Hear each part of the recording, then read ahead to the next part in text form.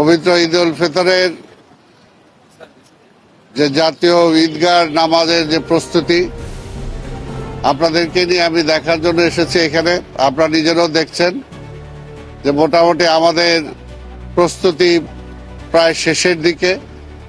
আমরা আশা করি যে আর যে দু একদিন সময় আছে এর মধ্যে আমরা সম্পূর্ণভাবে প্রস্তুতি গ্রহণ করতে পারবো এবং আশা করি যে আল্লাহর রহমতে ভালো দিন থাকবে। সেদিন বৃষ্টি থাকবে না, সেটাও আল্লাহর কাছে কামনা বাক্যে চাই। এবং সেদিন যাতে ঢাকা শহরের মানুষ, বেশিরভাগ মানুষ অন্তত যারা ঈদগাহে নামাজ পড়তে চান, মাননীয় প্রধানমন্ত্রীর সাথে তারা সেদিন সমবেত হবেন। তা আমাদের এটা চাঁদ দেখার উপরে নির্ভর করে, আপনারা নিজেরাই জানেন। যদি 30 রোজা হয় তাহলে 21 তারিখ, আর যদি 29 রোজা হয় তাহলে 20 তারিখ। এবং এটা আমাদের ধর্ম মন্ত্রণালয় সহ সবাই মিলে যেটা ঠিক করেছে যে টাইম থাকবে আমাদের 8:30। যদি বৃষ্টি টিষ্টি হয় তাহলে হয়তো টাইমের পরিবর্তন করা হবে। এখানে আপনারা জানেন যে প্রায় 35,000-এর মতো মানুষ একসাথে নামাজ পড়তে পারবেন। তার মধ্যে মহিলাদেরও সুযোগ থাকবে। প্রায় 3500 জন মহিলাও এখানে নামাজ পড়ার সুযোগ পাবেন। এবং এখানে আমরা যে সমস্ত সুযোগ সুবিধাগুলো মোটামুটি নিশ্চিত করছি, যেহেতু গরম পড়ে গেছে, আমরা শীতাতপ নিয়ন্ত্রণের ব্যবস্থা রাখার জন্য চেষ্টা করব। পর্যাপ্ত ফ্যান, এবং যেহেতু প্যান্ডেল করা হয়েছে, যে দিনের বেলাও সকালের বেলাও লাইটের ব্যবস্থা আমাদের থাকবে।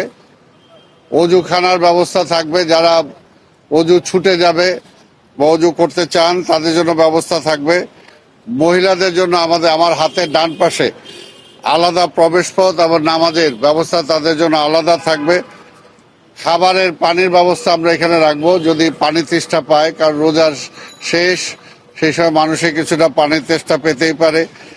পানির ব্যবস্থা আমরা রাখবো। আর ভিআইপি কাতারের জন্য, যেটা আপনারা সচরাচর সবসময় দেখে এসেছেন, ভিআইপি কাতারে জায়নামাজের যে টোটাল ব্যবস্থা, সেটা যতটুকু আমাদের মাননীয় প্রধানমন্ত্রীর সিকিউরিটি সহ সবাই বসে যতটুকু তারা আমাদেরকে এগ্রি করবে ততটুকু আমরা সেখানে ব্যবস্থা করব। আর নামাজের মধ্যে অনেক বয়স্ক মানুষ আসতে পারে, সেটার জন্য হয়তো ইমার্জেন্সি অনেকের টয়লেটের ব্যবস্থাও যদি প্রয়োজন হয়, আমরা ভ্রাম্যমাণ টয়লেটের ব্যবস্থা এখানে রাখবো। বাই চান্স যদি কেউ কোনো অসুস্থ হয় তাহলে প্রাথমিক চিকিৎসা দেওয়ার একটা ব্যবস্থা এখানে আমাদের থাকবে। আর যেহেতু বাংলাদেশ বৃষ্টির সম্ভাবনা থাকেই, বৃষ্টিটা মাথায় রেখে যদি বৃষ্টি হয়, পানিটা দ্রুত নিষ্কাশনের ব্যবস্থা আমরা করেছি, যাতে পানিটা দ্রুত চলে যায়। এবং বৃষ্টির পানি নিরোধক শামিয়ানার ব্যবস্থাও আমরা করেছি। নামাজের জন্য যাতে সবাই একটু শান্তিপূর্ণভাবে নামাজ পড়তে পারে, সুন্দরভাবে পড়তে পারে, সেটার জন্য টোটালটাকে আমরা কার্পেটের ব্যবস্থা করব। এবং সর্বোপরি একটা নিরবিচ্ছিন্ন নিরাপত্তার ব্যবস্থা এখানে থাকবে। নিরাপত্তার ব্যবস্থা থাকবে এবং আমরাও আশা করব যে সমস্ত জনগণ যারা এখানে নামাজ পড়তে আসবেন, তারা আমাদের ট্রাফিক যে সিগন্যাল যেটা দেওয়া হবে, কোন দিক দিয়ে তারা আসবেন, কোন পর্যন্ত গাড়িগুলো থাকবে, সেগুলো আগের দিন ট্রাফিক থেকে জানিয়ে দেওয়া হবে। আমরা আশা করব যে জনগণ সেই ট্রাফিকটা ফলো করবেন, তাতে অন্তত আমরা সুশৃঙ্খলভাবে, নিশ্চিন্তভাবে আমরা নামাজ আদায় করতে পারবো বলে অন্তত আমরা বিশ্বাস করি। এবং স্বাভাবিকভাবে সবকিছুর বিনিময়ে লাস্টে আমাদের ফায়ার সার্ভিসের ব্যবস্থাও থাকবে। আল্লাহ না করুক যাতে কোনো কিছু না হয়, তারপরও সেই ব্যবস্থাটা রাখা আমাদের প্রয়োজন। তা আমি ইতিমধ্যেই আমাদের নবনির্বাচিত মাননীয় প্রধানমন্ত্রী দেশনায়ক তারেক রহমানকে আমি দাওয়াত দিয়েছি, উনি অ্যাকসেপ্ট করেছেন, উনি আমাদের সাথে এই ঈদগাতে উনি নামাজ পড়বেন। তা আপনাদের যদি কোনো বক্তব্য থাকে।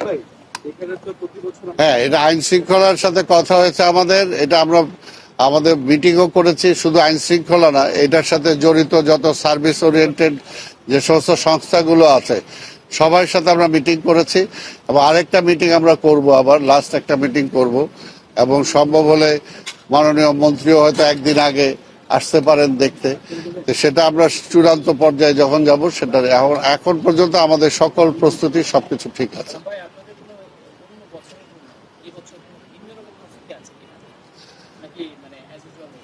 না, ভিন্ন আঙ্গিকে তো এটা আছেই যে দীর্ঘদিন পর অন্তত স্বৈরাচার মুক্ত একটা পরিবেশে ঈদের জামাত হবে, ঈদের আনন্দ তো আপনারা দেখতেই পাচ্ছেন যে আজকে সারা মাস মানুষের অর্থনৈতিক অবস্থা যাই থাক, দেখতে পাচ্ছে যে ঈদের একটা আনন্দ কিন্তু বয়ে যাচ্ছে।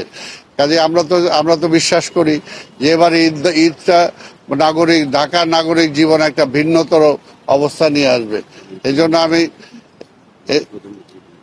এবং মাননীয় প্রধানমন্ত্রী এবার এখানে নামাজ পড়বেন, কাজে এটা তো স্বাভাবিকভাবে ঢাকাবাসীর জন্য একটা আনন্দের ব্যাপার এবং তারা এখানে আসতে চাবে, ওনার সাথে মিট করার চেষ্টা করতে চাবে, ওনার সাথে নামাজ পড়তে চাবে। তবে আমরা যেটা চাবো যে আমরা আমাদের পরিষ্কার পরিচ্ছন্নতার আমাদের যে বাহিনী আছে তারা রীতিমতো সেগুলো কাজ করবে। তা আমরা নগরবাসীকে বলবো যে অন্তত নগরটাকে যাতে সবাই আমরা নিজেরাও পরিচ্ছন্ন রাখার জন্য চেষ্টা করি।